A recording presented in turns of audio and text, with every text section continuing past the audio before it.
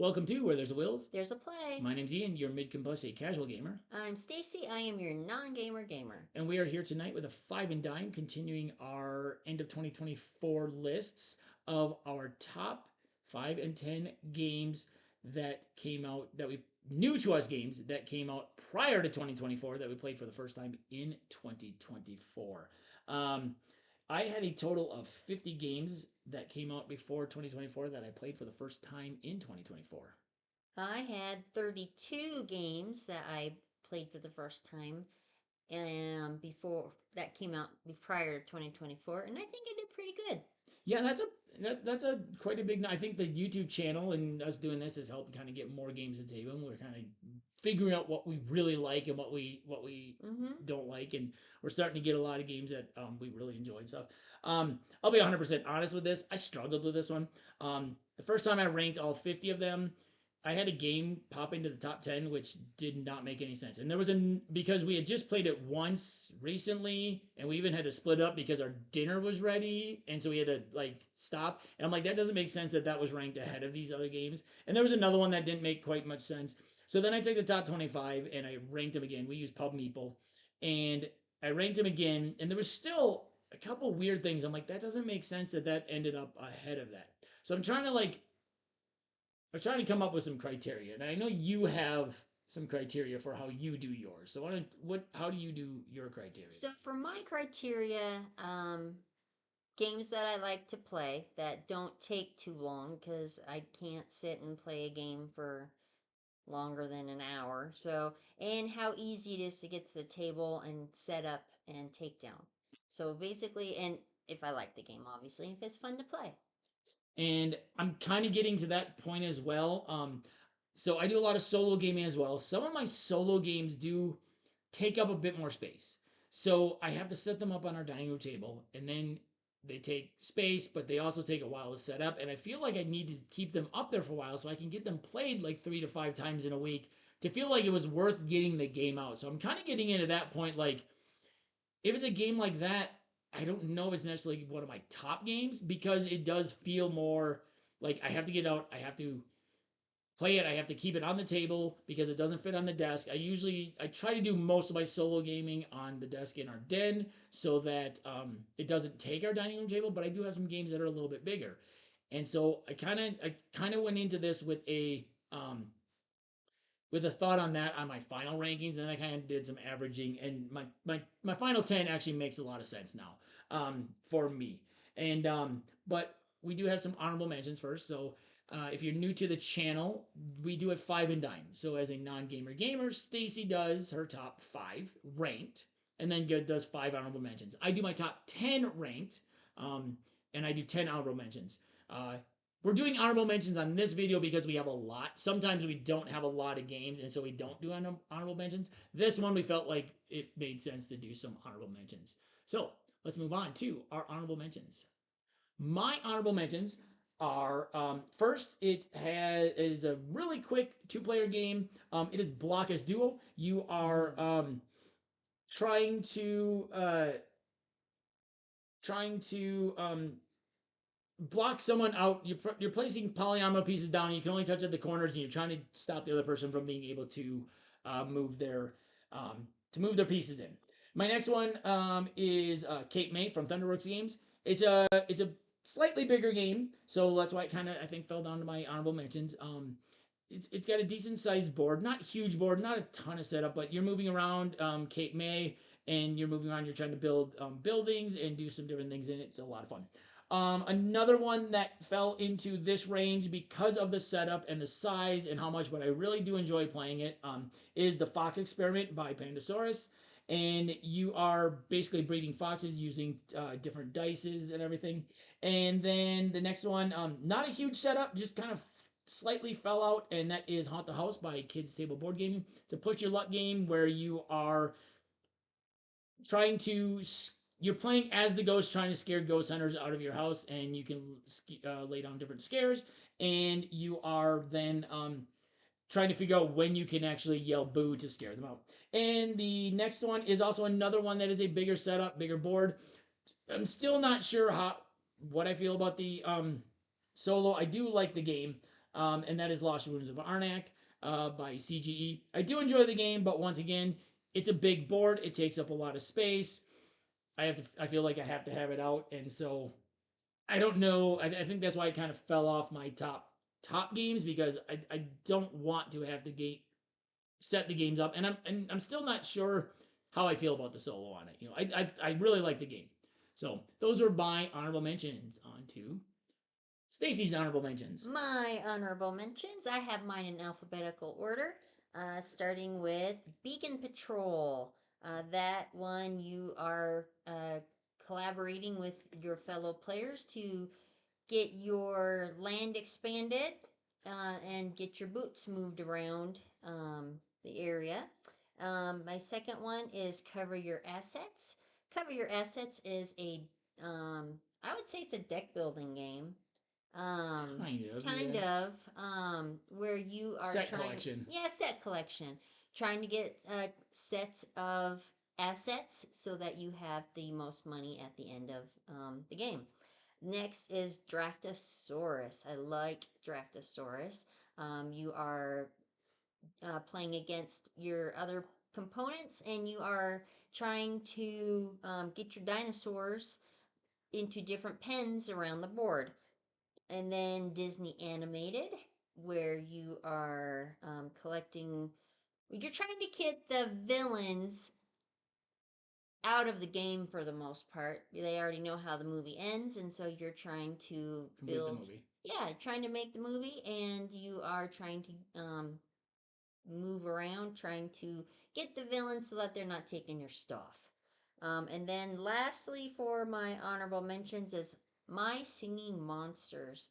That one is not as small, and that's No. probably one of the reasons why it didn't make it into my top five, is because the setup is a little bit more lengthy for me. But My Singing Monsters, if you haven't played it, and you just like kind of a silly little game that is actually not little, this game is for you then. But I like it. It's cute. Good list. I will mention, because I did not mention that before, is some of the games that are new to Stacey this year were not new to me because I had played them before. So Beacon Patrol I had played solo exclusively in 2023 when it came out, and I taught it to Stacey this year. I will say I forgot about Draftosaurus when I was ranking because I learned it first on BGA, and I was trying to, if we had the physical version of games that I learned on BGA, but I also now have the physical version. I did try to rank those, and I totally missed that one. That probably would have been in honorable mentions because I really like playing that one. That's a lot of fun. That's fun. There was something else I was gonna say about one of yours. Beacon Patrol, Cover Your Assets, Draftosaurus, Disney Animated, and My Singing Monsters. Oh, my singing monsters. Lot of setup for what you're doing. So that one didn't quite make my list. It was in my top. It was in my top 25 to re-rank, but it was not in my overall. So moving on.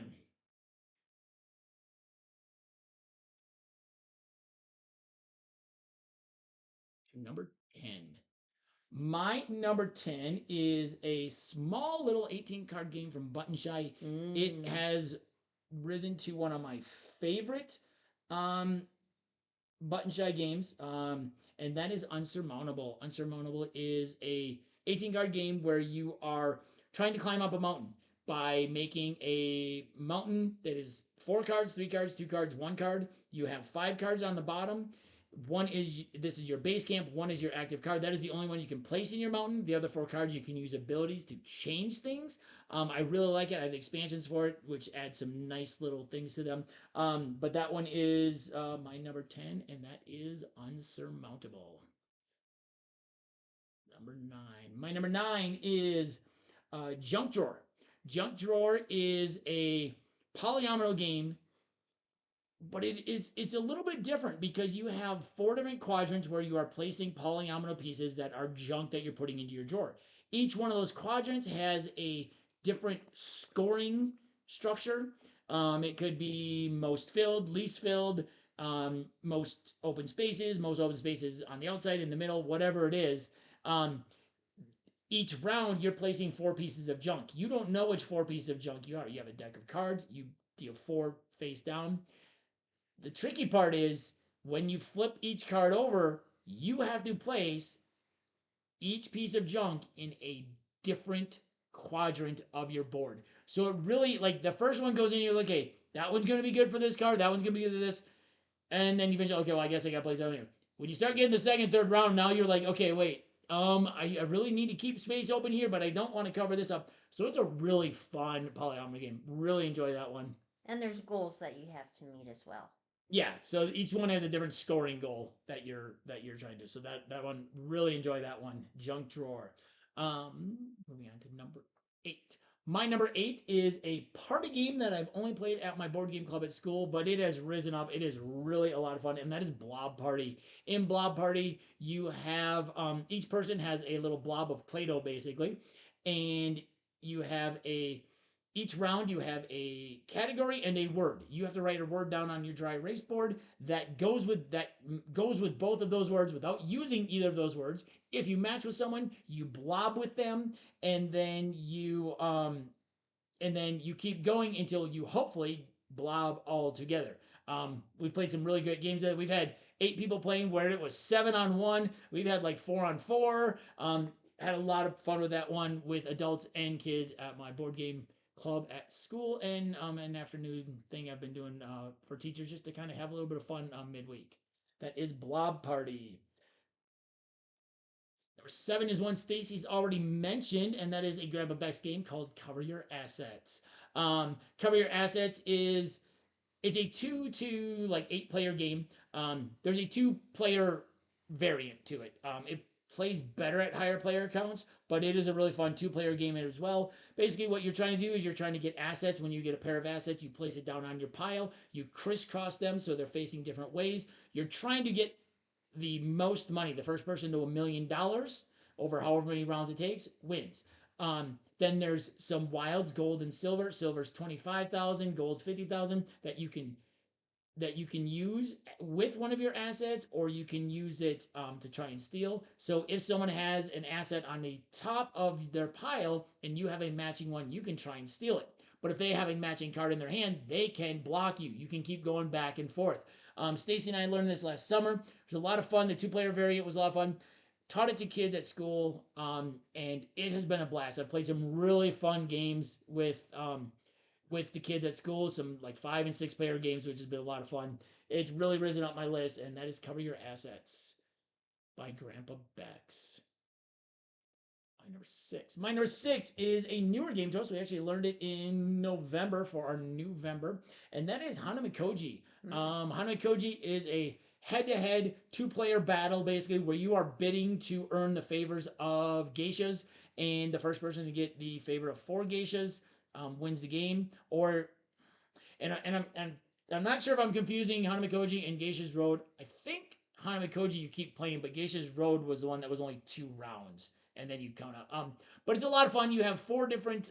It's an I cut you choose as well. You have 4 different tiles that you can do different things. One of them allows you to basically discard one of your cards. One of them allows you to play one face down that you get to play later. One of them you place 3 cards down. Your opponent takes 2. You keep 1, and one of them you put your four cards into 2 pairs. Your opponent takes a pair, and then you get to keep the other pair. So it's a really fun kind of back and forth head-to-head battle with some I cut you choose, which I'm enjoying that sort of mechanic. And that is Hanamikoji. All right. So now we're moving on to our number 5s, and Stacey will start with her number 5. My number 5 is Bark Avenue. Bark Avenue is centered around a upper Manhattan dog walker who has to pick up dogs, let them do their favorite activity during the day, and then you have to drop off the dogs. All for tips and wages. You have to be careful that some dogs don't like other sized dogs, and so you have to be aware of what size dogs you're walking at all times so that you can make sure that you get those bonuses. I really like this game. This, yeah, It's got dogs. It's a good one. This is one that would be on my list, but we backed out on Kickstarter and got it at the end of 2023. So I actually played this at the end of 2023 solo. I knew Stacey would like it, and because we have the deluxe version, it's got that squishy poop. It's got I do, looking back, I do, even though the price was quite high. quite a bit higher. I do kind of regret not paying for Mm. to put our we could have put our dog in the game. It would have raised the price on it, but looking back, I kind of wish we had. I'm hoping they've got an upcoming expansion coming, and I'm hoping maybe that'll be an option in the upcoming expansion because we will do that. Just because we both enjoy that game. Like I said, that was not a new to me game in 2024. I played it at the very end of 2023 solo a couple times and taught it to Stacey. So a couple of several Stacey's games, like I said, were games that I played previously and then taught her in 2024. All right, that's a good pick. I do like that is a good game. I enjoy that Thanks. game. My number five is a game that has some multi-use cards. It's a flip and write, and that is called Pioneer Rails from Dranda Games, and Bark Avenue is from Terra Dice Games. Um, Pioneer Rails is a flip and write where you're using a deck of poker cards basically, and each suit is a different color, and you're using them in two different ways. I'm finding out I enjoy multi-use cards as well. Recently, with a few games that we've played, you use the value of the card, so the 10 Jack Queen King 9 to make poker um, hands on the bottom of the pad, but you use the color and the suit to extend your rail lines from towns. I really like this game. It is a lot of fun. It quickly rose. I think it ended up being on my flipping rights. I think it ended up being number three last summer when I did a five and dime for rolling rights, flipping rights.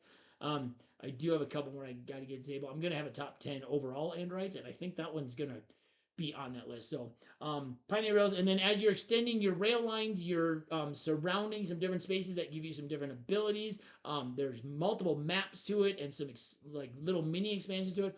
Really enjoy it. I think I got that. I think I backed that one on Kickstarter as well. I don't remember because it does have some extra little modules and some extra maps, two different types of maps and some stuff. So I really like that one. That one is Pioneer Rails from Dranda Games.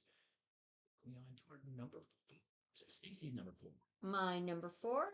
Don't look at my list. Oh, I sorry. saw you Sorry. looking. My number four is Sea Salt and Oh, Paper. really? Yeah, I like that game. Even though I bought it for you for Christmas. It's a casual card game where you are collecting sets of cards while pressing your luck, and they are all water themed. That It's is fun. that is the one. I'll be honest. That is the one that I didn't make sense to me that had jumped into my top 10 to begin with. I almost mentioned it in my honorable mentions. It is fun. I think that one will, as we play it more, will rise up my 2024. Well, or whatever. I guess it's whatever year it came out. I think it came out in 2023. So that one will rise up my list for that year. I just hadn't we hadn't played enough for me to figure that it would be one of my top 10 Mm. games. Like I said, that was the one that was actually was like I'm not sure I've played that enough to consider that one a top 10 game. Well, Yeah, the reason that I liked it so much is because it is a casual card game. yeah, There's no time. You're not trying to like go against anybody. You can take your time and figure out what you want to do. And the cards are cute to look at. yes, they're They're really all nice. They're really nice. origami Mm-hmm. shaped things on the cards that you're trying to collect. So it's easy. It comes in this little tiny box, Yep. um, easy setup, easy takedown, easy play. So yeah, so that was my Nice. It's reasoning a good game. behind It's a it. good game. It's a good game. My number four comes us from and I think that's Pandasaurus games. Trying to Mm, mention the name still. I don't know. Uh, Fit to Print from AEG and Flat Out Games. This is a real-time polyomino game where you're trying to make a newspaper over a couple different phases. You have a time limit. We just did the 5-minute casual time limit, which sounds Still like a hard. lot. It is a lot because you have to, with one hand, grab polyominoes, place them above your desk, see if you're going to want to use them, and then if you don't, put them back into the pile face up, and then if you do, you just keep them on your desk, and then you have to say when you're ready to make your paper, and then when you're done making your paper, print. But there's also a lot of different requirements. You can't have the same type of news article next to each other. You can't have pictures next to each other. You are scoring things that are next to each other based on what it says it needs next to it. You go over 3 days. You lose points for any tiles you have on your desk at the end of the day that you didn't use, but you have them for the next day. So I was just piling tiles on, and then I would have them as options later on. It kind of worked for me. So It did that not is work for that me. is Fit to Print by AEG and Flat Out. Number threes. My number three is Can't Stop, which is a fast paced, I would say it's fast paced Yes. if you're playing it correctly, dice game where you are, players are trying to race up a set of numbers, dice game. First one to have three of their dice reach the top wins. Yep, that's a good one. This one's not on my list. While I did play the physical version for the first time in 2024, I actually had played this on BGA in 2023. So that's kind of the difference between like some of the games that I learned in 2024 on BGA, but also got the physical version in 2024 as well. Um, so that one I had learned in 2023, so I didn't count that one for me, but I do enjoy that one. I think it was like tied for my most played last year, including BGA, and play it with the board game club at school a lot. So that's a good one. Moving on to my number three. My number three is another one we just learned in November for November. And that one is one Stacey has already mentioned as well on her honorable mentions. Vegan Patrol. No, I learned that one in 2023. Disney animated. Disney animated. I really like Disney animated. I like the fact that you are doing some polyominoes. You have some, you have this kind of conveyor belt with what things you can do, and then you're trying to get like the art. You're trying to get the coloring. You're trying to finish your film, get your really nice little clear pictures with characters on them that give you some powers, all quick enough so that you can defeat the villain, because the villain, as they said, knows how the movie ends. They lose. They are trying to stop you from finishing it. So every round they do something to kind of slow you down everything. I really like this game. As of right now, it is one of my favorites from 2024 that was previous to 2024. I'm not sure where the staying power on that game is going to be. With once we played a lot and we've played all the movies a lot, unless there is an expansion, which I don't know. It's sounding like that's less and less likely. I don't know where the staying power in that game is going to be. But as far as this year, for games I learned that this year that came out before 2023 or before 2024, that is not easy to remember right now in the early 2025. Um, that is my number three is Disney animated. It's a good choice. Number twos. Number two for me was a surprise to me because I thought it would be number one. But my number two, Say it. Summer Camp. Oh, okay. It's a competitive deck building game where you are racing against other players to earn badges. Um, to you're collecting badges to race across the bridge in the waters and collecting cards. Um, Easy setup, kind of. This is where I broke the rule because Summer Camp is probably one of my all-time favorite games, and so I have to break the rules sometimes to get it in there. Um, but you have a lot of cards that you have to get out to play it. And the setup is fairly easy, tells you where everything needs to go. Um, I like this game. That's all I It's a have to fun. say about It's a that. fun one. So I guess we'll jump into my number two, which is also Summer Camp. So direct crossover. When I was really ranking these, I went, this is such a fun game. Deck building. Um, so you have 9 different tiles that have paths on them. So that right there you can place in so many different ways. As you're going across the paths, you are earning bonuses. So you're earning them in different ways. When you get across a bridge, you get badges. Each game you're playing with, so there's 3 total paths of 3 tiles.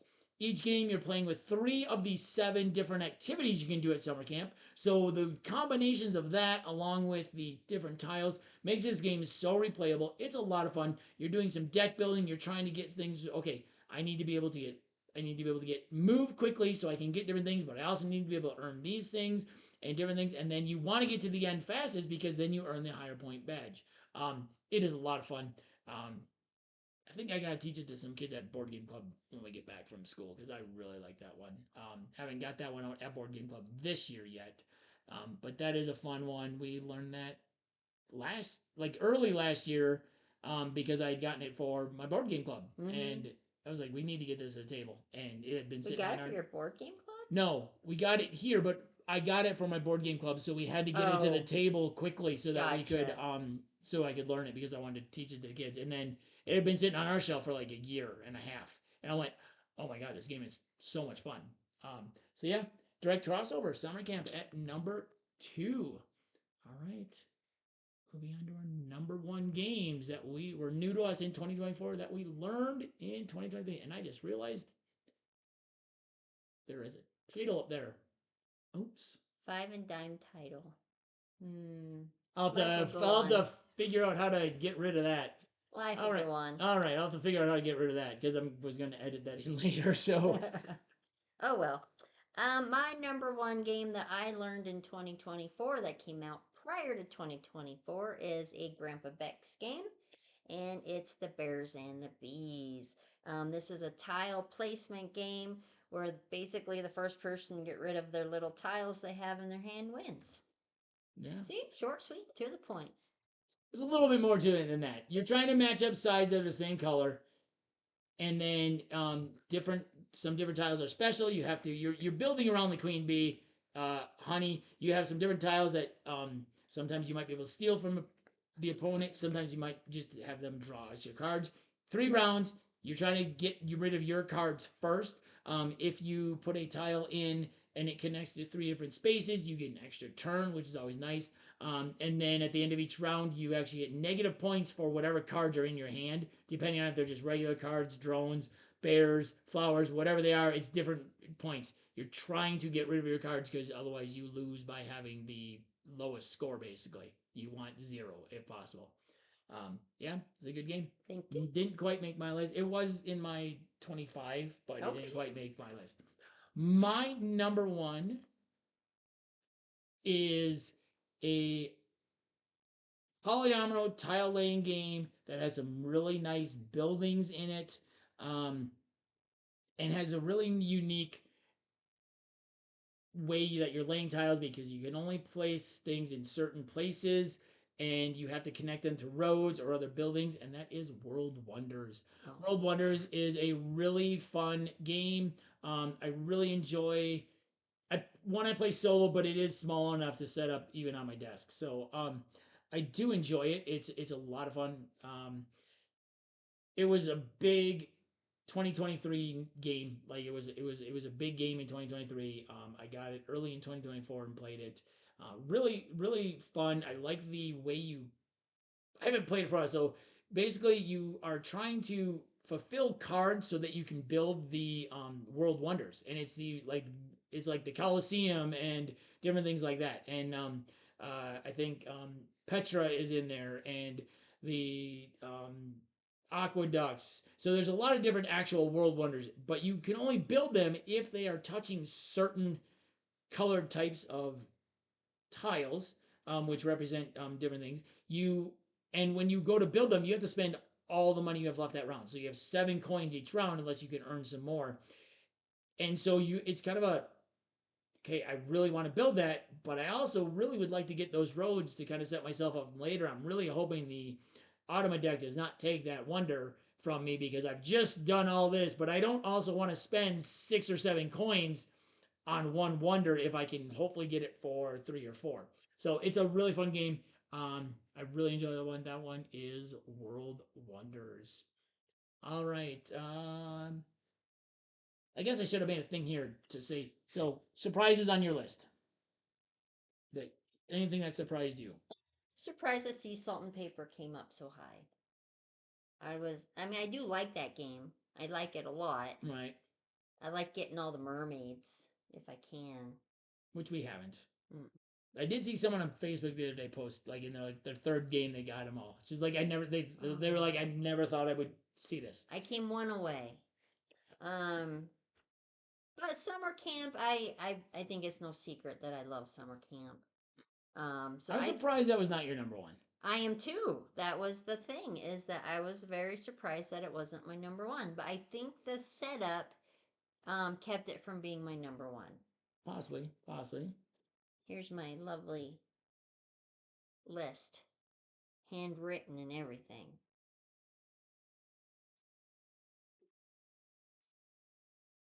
Let's. Oh, this was before I re-ranked. Oh, that's right, because we didn't have a game in there. Okay, that's right. Yeah. That's right. Okay, gotcha. Okay. I think the biggest is summer camp not being number one. See Salt and Paper making it on there. I could see honorable mentions. I'm a little surprised like Beacon Patrol didn't make your top five. That was like number But I can, but I can seven. see, why. Yeah. Mine, yeah, like I said, my original one, Sea Salt and Paper, did jump into my top 10, which I didn't make sense to me. Like, didn't make sense to me, and I didn't remember ranking against some of the other things. I'm like, I didn't think so. It was in my top 25, and it will move up, but it didn't make sense to me that it was that high.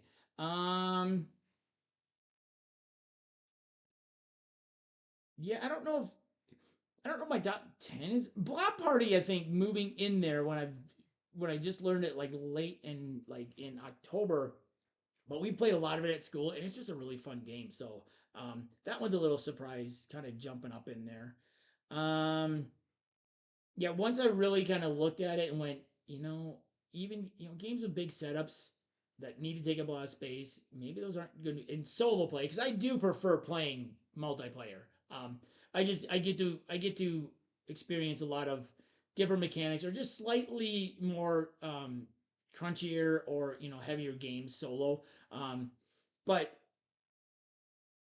most of these games were multiplayer games, and they are going to, I believe, kind of start moving up my list. I'll probably start doing some follow up videos maybe in 2025 where we do a ranking and then maybe I'll do a solo ranking only. Because also some games may be lower solo than they are multiplayer, or vice versa, just depending on how I feel about them and stuff. So, or ones that I can play only solo versus both, then it might, think rankings could be a little bit different based on those things.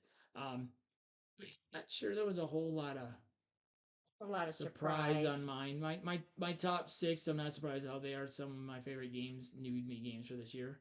Um, Cover Your Assets, I don't think would have been on there if it weren't for some really fun games I had at school with like 5 and 6 kids. It's a fun game, but I don't think just with the 2 player mode, it would have probably made it up there. So it was nice to see that. No, I think that's a there were a couple other big games on here that I didn't that I want to play solo that I don't know how I feel about solo mode and they didn't make it, so I wasn't really surprised once I kind of dialed in my criteria. So yeah, there is our five and dime for new to us games in 2024 that came out before 2024. What were your favorite new to you games that last year? Last year already. Wow, It was just a that few days ago. that came out before 2024. If you have any suggestions for us, let us know. Drop us a comment below. Hit that like button. It would mean a lot. If you like this video and want to see more, please hit that subscribe button up above. And if you want to see the rest of our five and dimes, you can follow that link. Once again, this has been Where There's a Wills. There's a play. I'm Ian. I'm Stacey. And we'll see you next time. At the table.